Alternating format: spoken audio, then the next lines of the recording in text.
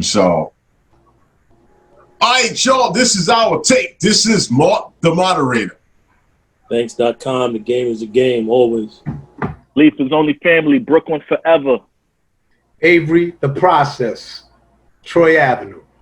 Yo, let me say it right now, everybody. We had a different format laid out. We're going to talk about some different things. But we got to talk about the new news that has happened. I'm going to say it. I'm going to start it out. The NBA playoffs has been shut down and stopped because the players have boycotted based upon Jacob Blake being shot. And this is an occurrence that I think we have to talk about. We got to get into. There's many layers, multiple layers to it. The fact that the players has taken the time out to say, you know what, basketball don't matter right now. Black Lives does. Also, the Milwaukee Brewers are not playing their game tonight, their baseball game. They are sitting out based upon also the Jacob Blake shooting as well. So, my co-host, give me your thoughts one by one. What you feel. Let's first touch upon the topic. NBA players shutting down the playoffs for what's going on in this country right now. Get at it. I mean, listen, they doing the right thing. You know, I was one of the people who didn't want them to play in the first place. But, you know, once they played and I seen that these guys were using the platform correctly, I was okay with it. You know, we had our last show where Mark wanted, you know, more players to step up like LeBron and CP, you know, to say a little bit more on those nights. That exact same night, they actually made great statements, right? But then it continued. So therefore, like Kyrie Irving said when this whole talks started about going to the bubble, was like, yo, it's just going to be a distraction. And that's what we've seen happen. We've seen the Black Lives Movement on the court, all the stuff on the back of the jersey just become a big commercial. So now it happens again. So now what do we do? Because none of this stuff is mattering at this point. So y'all wanted basketball so much because y'all wanted to bring it back to some normalcy. So now let's stop it because this seems to be the only thing that y'all hear, right? And not only that, it affects the bottom line. We know how much they love money. That's why they push for them to go into this bubble. And now, look, TNT has to show a movie that they had no plans of showing, right? So now it's affecting the money and it's going to be a trickle-down effect. So now it's time for the NBA to really step up. Jeannie Buss put out a tweet saying she stands with her players. Let's see if you really stand with your players or you just, you know, pacifying as we said on this show we felt that they were doing before. You know what, and Leaf, thank you for starting us out like that. I think this is what we need. It's not about the emotions. It's really about having thought-provoking conversation among us as men. First thing is black men. We all got kids. I think this affects us in so many levels and so many layers. So that's why I said I wanted to really get to the heart of this and really start talking about it, because I think that what continues to happen is, you know, me, myself, on this show, I put a lot of pressure upon the players. I put a lot of pressure upon not making about the higher ups. It's about the players. You are the one that really control what goes on. If you think about the power you have, and to see this display of their power right now is bringing more hype, more light to what's going on. So, Banks, you can go next. What's your feelings? I'm always in a wait and see thing. You know, shout out to the players shout out to Donovan Mitchell, man. He was like the first dude that said, you know, F these playoffs, man. We tired of this. And, you know, shout out to the players for really hitting the bottom line. You know, part of me, the COVID thing, part of me really wish, like, for other reasons, wish it didn't happen at this time. Like, I wish the playoffs were like really like full swing, no bubble or anything like that, so you could get the real full impact of them like being like, we not playing, because this is affecting a lot of people's money right now. Thanks. Excuse me for 1 second. I just want to release this. I'm looking at it on CNN. They just released saying that Jacob Blake admits that he had a knife on him at the time, and that coming from the Department of Justice. That has just been broken. And then the Wisconsin Attorney General is having a speech right now on CNN. What? I just want to put that out there. What? He got a knife. Okay, First thing I shot him in his back.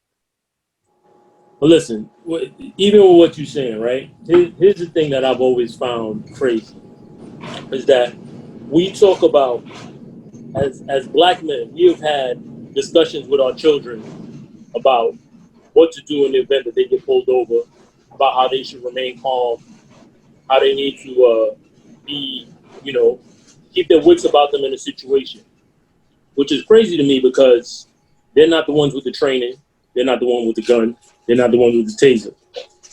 You had 3 officers on the scene. You mean to tell me y'all couldn't subdue one person? 5 officers. Well, the ones that went into the car behind him, was it 3 at the time, I believe? Right, but it was 5 in total. Right. And you didn't, like, we the ones that got to try to remain calm in the situation, and you're the ones with the training and the gun.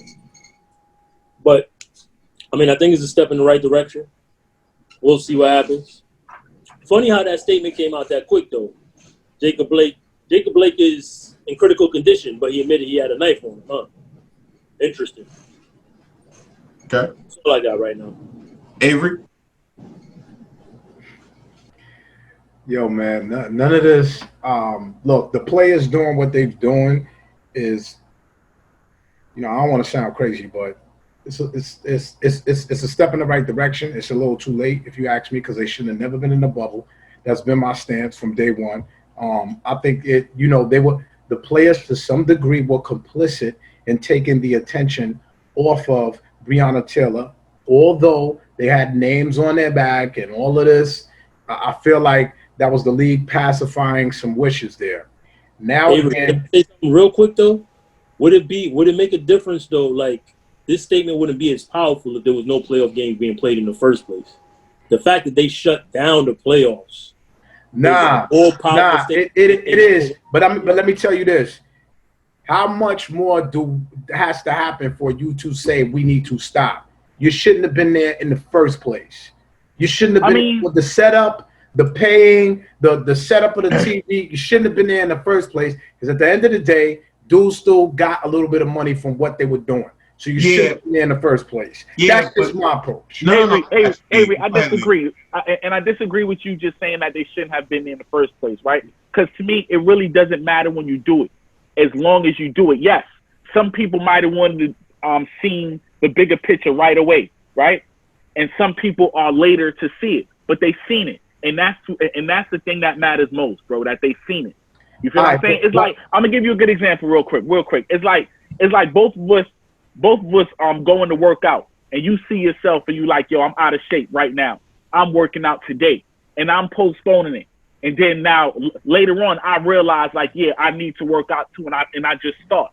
It really doesn't matter as long as we get to start, bro. Let me just say this. I'm tying in everything with this. This is mainly about, at this point, racism, social justice. Let's not forget about the pandemic. Let's not forget that we couldn't get kids in school properly, but we can get the NBA back working in the bubble properly. We could do that. Let's not act like we had the proper things to test kids in school. We had their proper PPEs to get them back in school, but we got the NBA back with a whole bunch of black men. So when people start telling me, yo, listen, yeah, we should have been playing ball, but now we don't need to play ball. We shouldn't have been there from the jump, because we should have been demanding this from the jump. I just gotta say this. We still took the spotlight off of Breonna Taylor. Now we have another one with Jacob Blake. So now, yo, I commend them. I definitely commend them for what they did and what they're doing. Kind of like what Banks said, it's a wait and see, and let's see how this unfolds. But the whole premise of it is, yo, we shouldn't have been out there in the jump. Like, enough is enough. How many times does white America, systematic racism, have to show its face for us to realize what's going on, and for us to say, nah, we're not feeding you anymore? How many times it has to happen? No, you're not going to not take care of the kids in Brooklyn who can't get PPEs, but you want them to just go to school, whatever. But we can make sure LeBron and them is out there dribbling and making money for us. Come on, man. Stop it, America. Cut it out. But hey, let me say it, because I was one that didn't feel that basketball was needed at this time. I was definitely there. At the same token, let me say this, though. The fact of what's going on right now, shutting down, is bringing more attention to this whole boycott. And the boycott is strong to me. I think that if this goes on for a period of time, the boycott becomes stronger because of the fact they started and people had gotten into watching it. And now this abrupt shutdown is why you can now because think about it, owners were making money off of this. Now their money stops. So now they have to react. Now it brings light to. So I think what like Leaf said, if they weren't playing, is it really the same platform? Because do we really see them like what we see right now? That's my only question is, do you have the same thing as what you have right now? All eyes is on this right now. And then you see what's going on right now at the press conferences. So I get it. I didn't want them to play. And I told you, I agree with you. It shouldn't have started. But now that it has, there's something coming from it that is being shut down to show basketball is not important at the end of the day. I'm just saying, how many more of us got to fall at the hands before we really say, nah? And yo, listen, I'm not in disagreement with what y'all are saying. Let's be clear about that. I got you. It's just my stance has always been, this is kind of, and I hate to say this, like I felt like this was going to happen. This was bound to happen. Here we are, and now we're back at square one. You don't, all them names that you got in your jersey ain't mean nothing. It's bullshit. You know it don't mean nothing. But so hey, now, let me say this to you though. Let's wake up about one thing.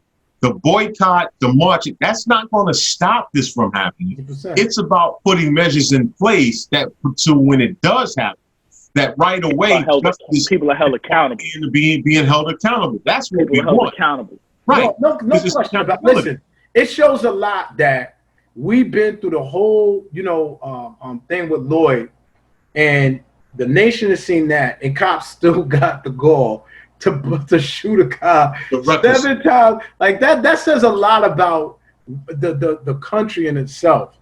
So I think what it really is, again, it's got a whole thing to do, in my opinion, with 45. It's got a whole bunch to do with that, just flaming the flames, fanning the flames. Like it's got a whole bunch to do with that, and empowering, that negative those negative connotations of black people. It's got a lot to do with fear. We're still kind of like what Doc Rivers said. We're still talking about fear. White folks still fear us. They instill fear into themselves because of us, and we actually instill fear into our own selves. So I'm sorry if I sound crazy today. I'm just annoyed with everything. Crazy? It's your fine. Yeah, yo, you sound crazy all the time, bro. We used to it. Yeah, we used to it. But let me say this: we're going to go into the next segment. I just want to say something right now. I want all our viewers and listeners to understand something. To have a possession of a knife is different than using a knife. The video shows him walking away, not trying to use the knife if he had it on him at all. When he went into the car, at the end of the day, they shot him 7 times in the back. Let's focus on the crime that happened and not focus on the fact that he was in possession of a knife that wasn't being used. And let's be clear, one last thing. We've seen many people with knives not get treated like that. Hold up. We've seen many people. We've seen people with guns. Right. There you go. First of all, just look at the kid. Look at the kid at the protest. Absolutely. Without a doubt. I have my phone out because I want to read a headline. Right. But hold on, Lee. Hold that. Let us come right back in the next segment. We're going to start off with you in that segment. Thank y'all for tuning in. This is our take, thought provoking. We're praying for Jacob Blake, of course. And Breonna Taylor, we have not forgotten that those cops need to be arrested and go to jail. There's too much of this. It keeps continuing. Elijah McClain, the same thing. We need to end this, but we know that we have an uphill battle in front of us. This is our take. We're going to keep talking about it. We'll be right back. So y'all give me.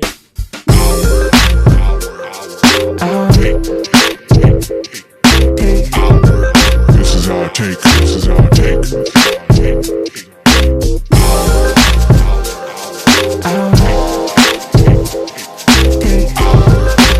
our take. This is our take. This is our take. This is our take. This is our take. This is our take.